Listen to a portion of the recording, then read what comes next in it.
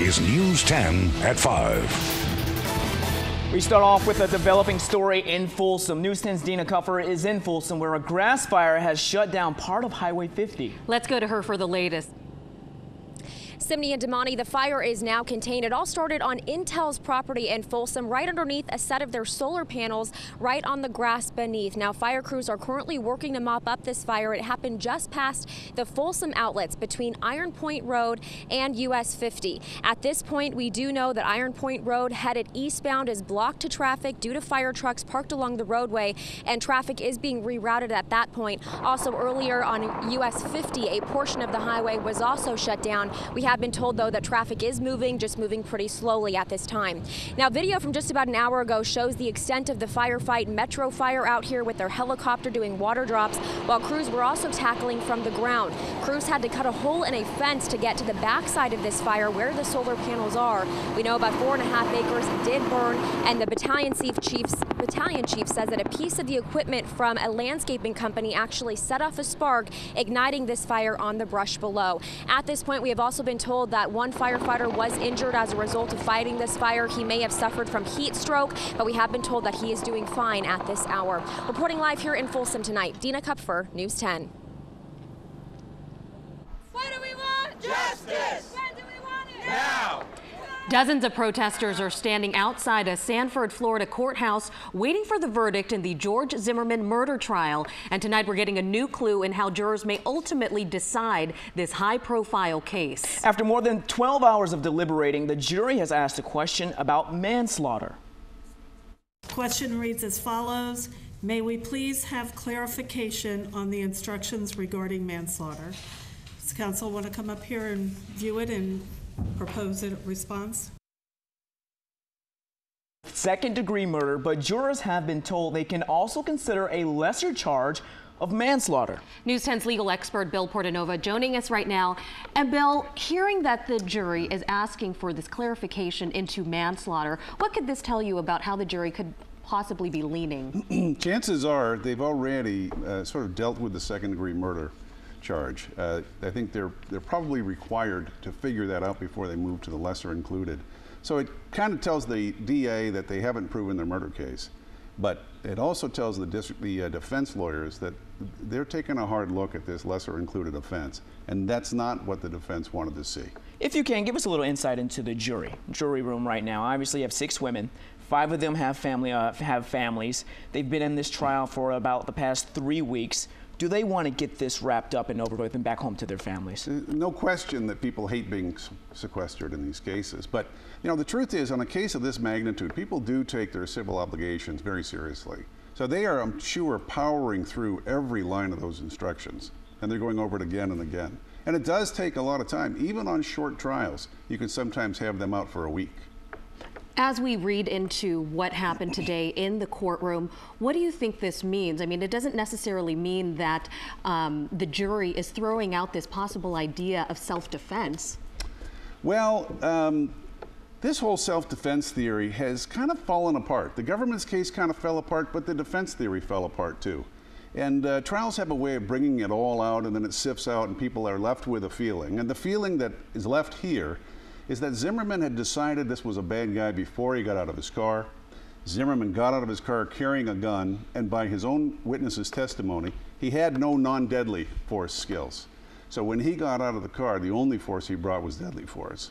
And people are starting to understand that this is not a win or lose for the scared homeowners or the hoodie wearers. This is a horrible tragedy by an idiot with a gun. And a 17-year-old kid walking down the street is dead. Somebody should be paying for that. Is Zimmerman's attorney, knowing that the jurors are asking questions about manslaughter, are they saying, uh-oh, right now? Are they worried? Yes.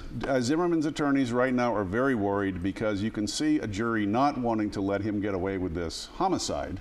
Somebody should pay for it. He was a nice kid by all accounts. A little marijuana in his system hardly makes him a criminal, certainly not in California and probably not in Florida. He seemed like a nice kid who hadn't done anything wrong, and he's dead. The jury's not going to want anyone to get away with that, and they'll probably hang in there for days until they get to that point. Okay, Bill Portanova, our legal expert, thanks for being with us today. And I know you're going to be sticking around. He's going to be joining us at our 6 o'clock hour, too, to break down any developments that may be happening in the next hour. So we'll see you soon. All right, thank you. Thank you. And today, the attorney of Trayvon Martin's family spoke out to reporters. Benjamin Klump said he thought this was a clear-cut case from the very beginning. Let me make sure I understand these facts.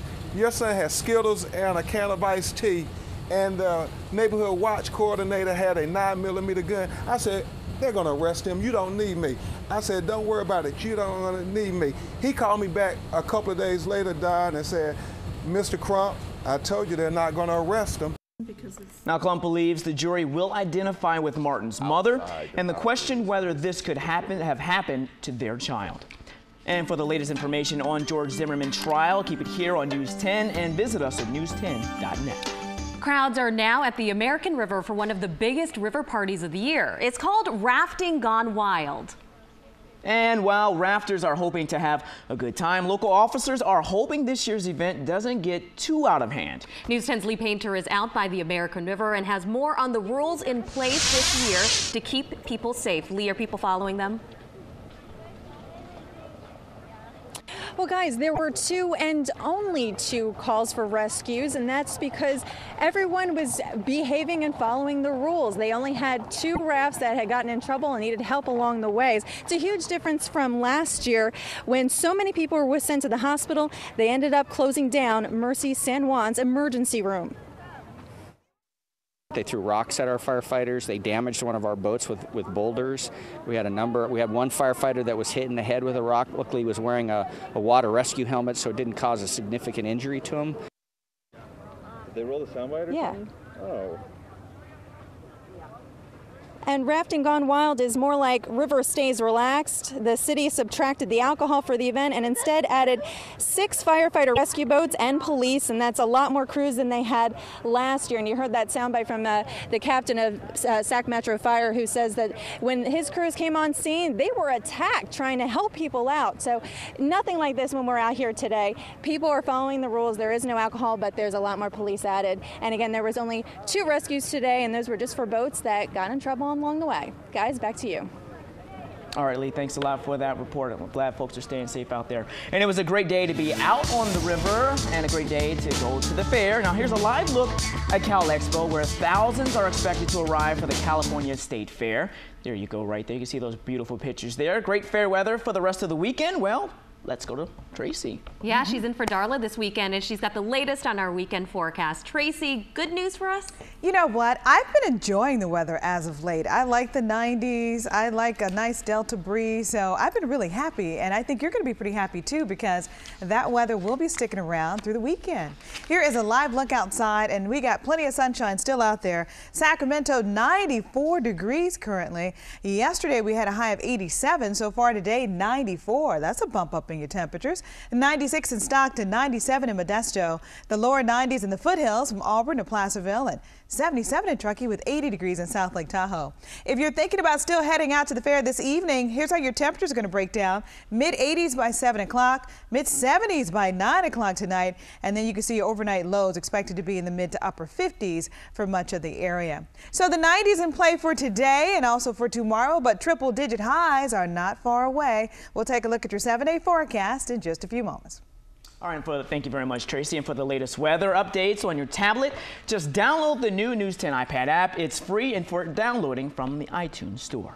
Turning to our other top stories. A snow leopard at the Sacramento Zoo has died. Zoo officials say they had to euthanize 20-year-old Shanti yesterday after she somehow became severely injured and was unable to move around. Earlier last week, zookeepers noticed that Shanti somehow received trauma to her back and had a damaged vertebrae. They tried to treat her, but she just became worse. Shanti came to the zoo back in 1997 and gave birth to 4 snow leopards during her time at the zoo. It's been 2 months since a Roseville woman disappeared while on her way to the grocery store, but her loved ones have not given up hope.